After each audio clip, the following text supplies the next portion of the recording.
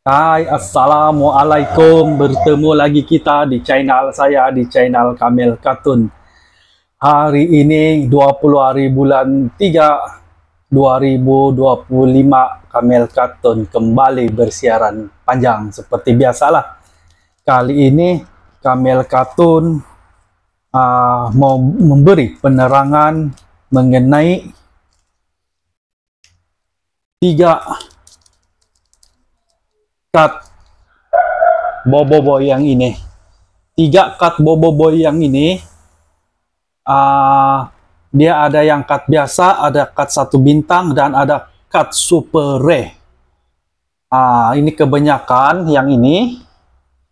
Banyak orang yang salah paham lah kenapa dia punya kulit sama tapi cut dia beza-beza. Oke, sekarang kami bagi tahu yang ini cut biasa 2/9, tetapi di belakang dia tiada bintang. Oke, yang ini 2/9 juga, tetapi di belakang dia ada 1 bintang. Dan yang terakhir, yang ini 2/9 cut Boboiboy Beliong super rare yang paling susah didapat, dan di belakang dia ada 1 bintang. Oke, tanpa membuang masa, mari kita buka. Ya, kita buka dulu yang biasa punya. Ini yang biasa punya, yang tiada bintang.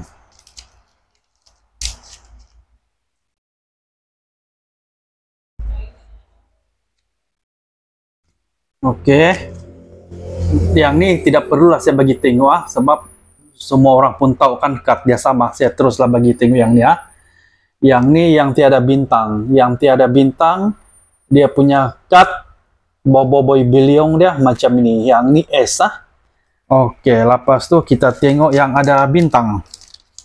Yang ada bintang pula. Ini dia.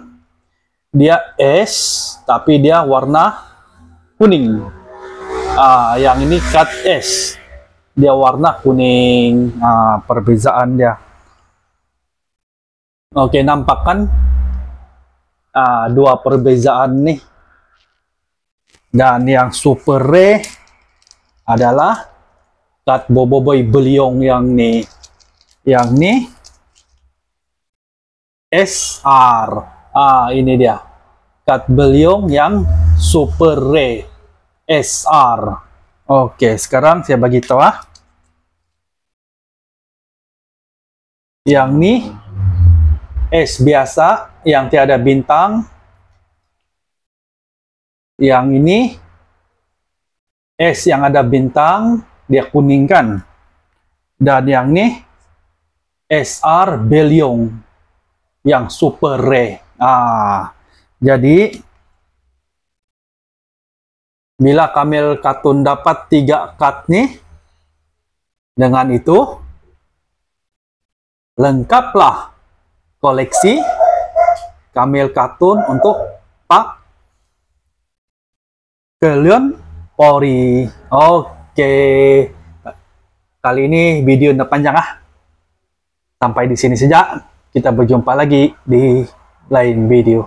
Oke, bye. Kamil Kartun. Assalamualaikum.